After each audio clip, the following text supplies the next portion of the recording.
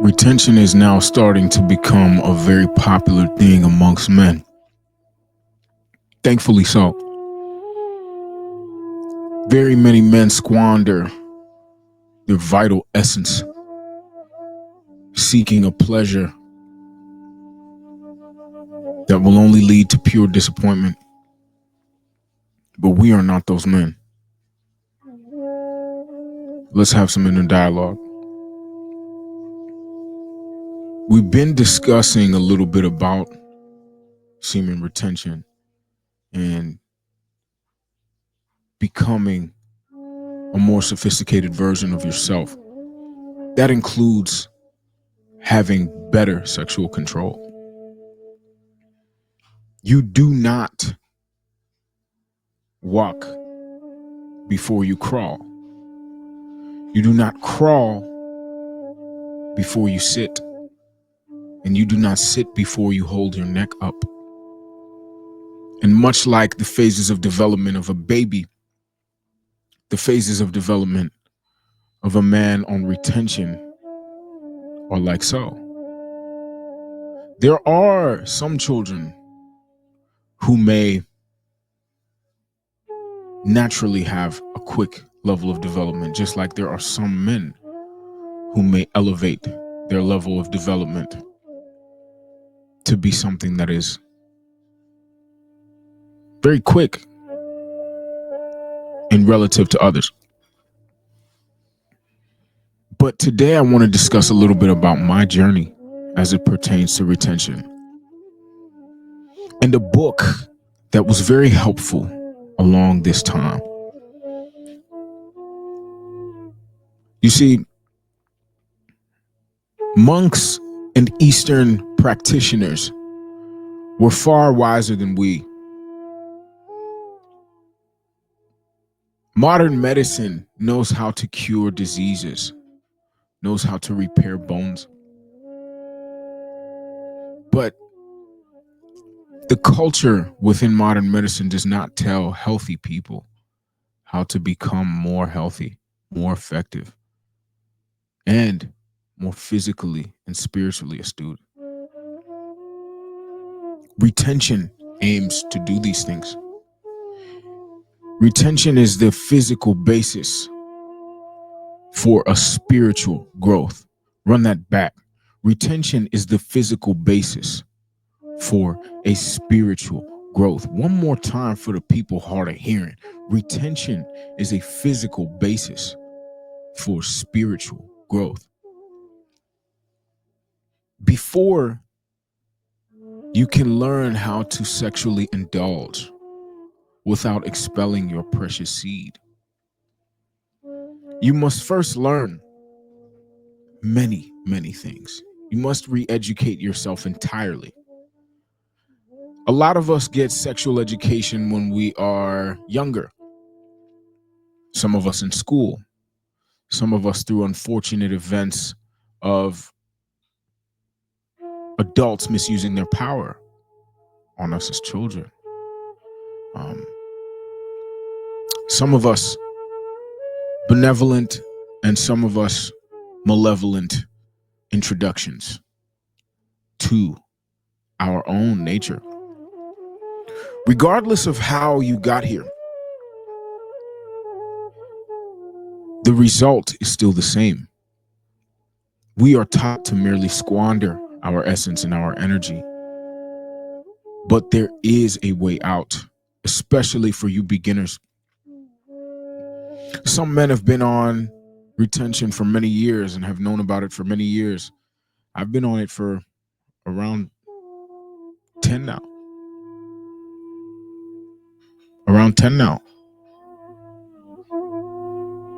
And other than wet dreams and nocturnal emissions, I should say, haven't spilled a drop.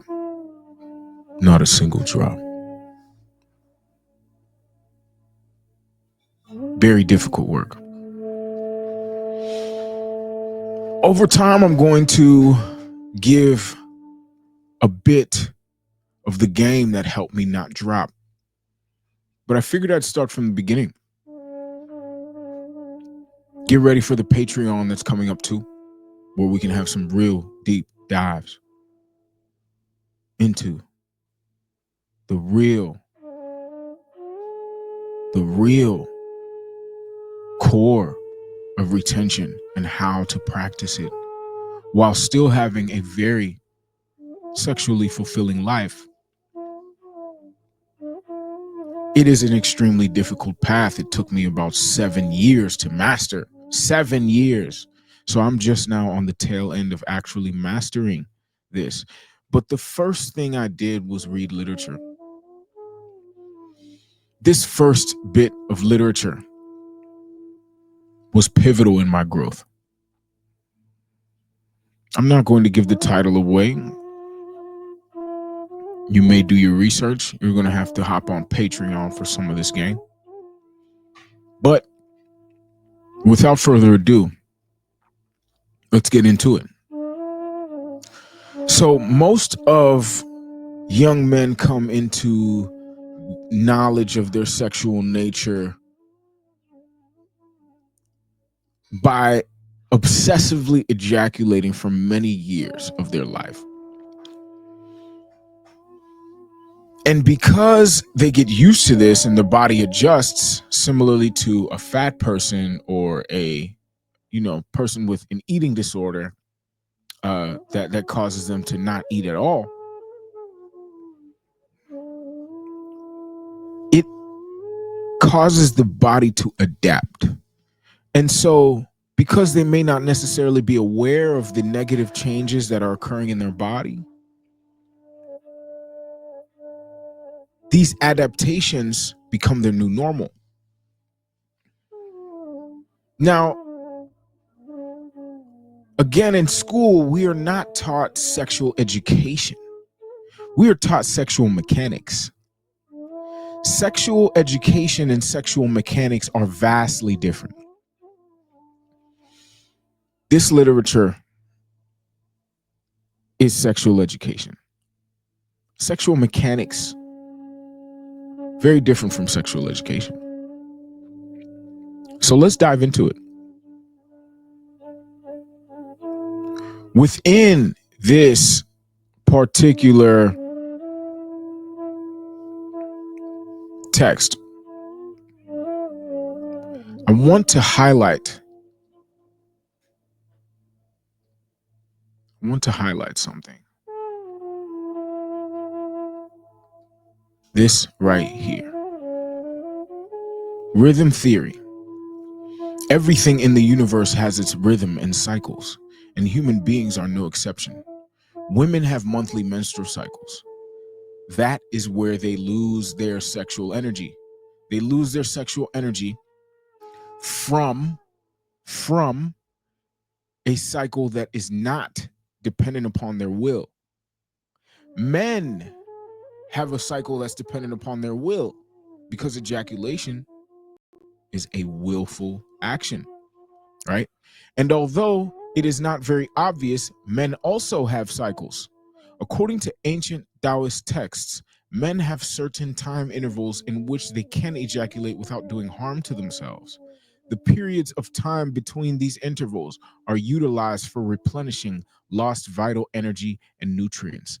A formula for determining an individual's particular rhythm is age times 0.2.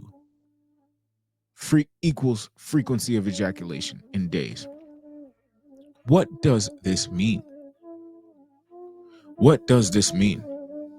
In the previous chapters of this incredible book, right? And I know some of you have seen the title already. So, we might as well just give it up now. It's The Tao of Sexology by Dr. Stephen T. Chang. Let me give some background before we dive into this equation a bit. Men lose their sexual energy through ejaculation. Women lose their sexual energy through menstruation. Menstruation is timed by nature. However, ejaculation is not timed by nature, right? And because you can ejaculate multiple times from will, it can actually be far more debilitating than a normal menstrual cycle.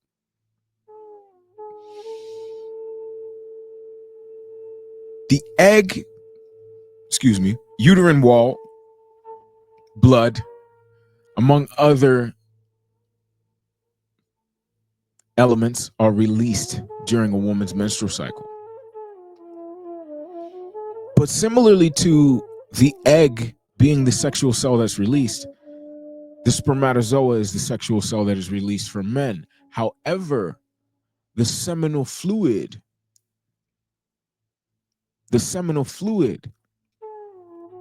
is that essence, the jing, that we are discussing here.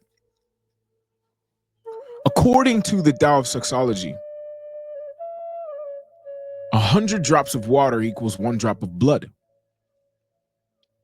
100 drops of blood equals 1 drop of semen. And there are far more than just 1 drop of semen in every ejaculation.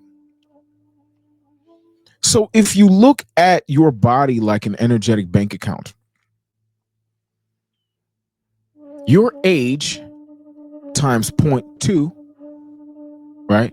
Your age times 0.2 equals the frequency of ejaculation that you can have without an energetic loss. So that's just back to 0, right? So let's move to the example. If a man is 30 years old and then his rhythm is 6 days, 30 times 0.2 equals 6. So a 30-year-old man in good health can have an ejaculation every 6 days without harming himself. A 20-year-old man will be able to ejaculate every 4 days, a 50-year-old man every 10 days, and so on. Of course, a man will still lose vital energy from ejaculating, but adherence to his ejaculation rhythm will build up his energy reserves again. In other words, he breaks even, and his energy bank account remains balanced. So he breaks even. He's not at a surplus, but he breaks even, right? This means that you haven't necessarily lost your energy, but you haven't gained any either. For those of you who are just practicing, just starting seminal retention, this is an excellent way to start. By first practicing your own rhythm theory, and then we can get into more advanced stuff. I see a bunch of people trying to do the 30 days, trying to do the 40, and it may work for some. There's some savants who are able to pick things up quickly, right? There's some people who are able to get a level of self-control quickly. However, for most men, this is not practical. And rhythm theory introduces practicality into the situation, right? Rhythm theory introduces actual calculations into the situation.